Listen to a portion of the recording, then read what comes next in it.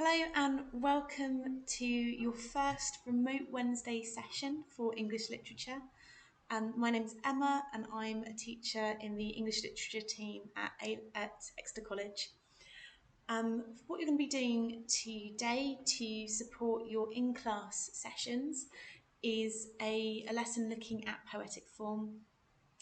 And one question that we're always asked as English teachers is, what is the difference between poetic form and poetic structure?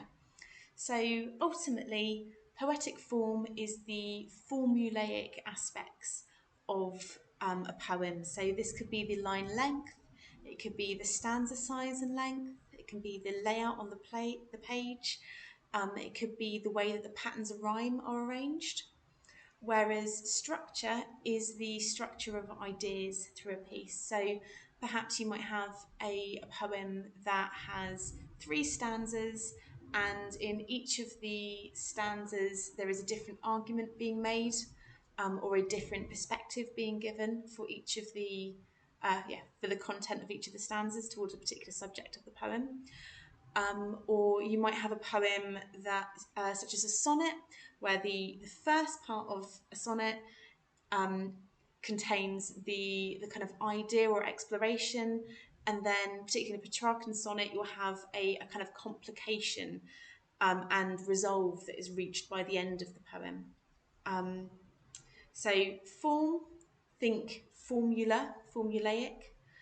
For structure, think the structure of ideas.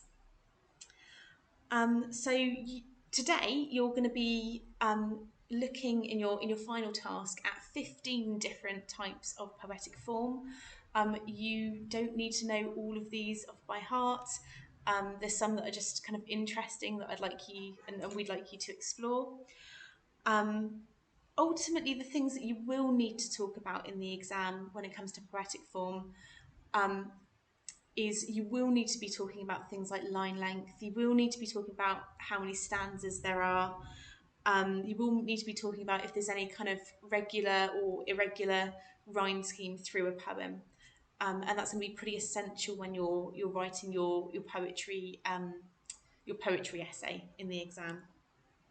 So I think I'm going to leave it here and give it back to you, to give the time back to you to work on these tasks. So good luck with your tasks. If you've got any difficulty, please do email or message your teacher on Teams, and they'll be able to kind of help you out and help you along with this.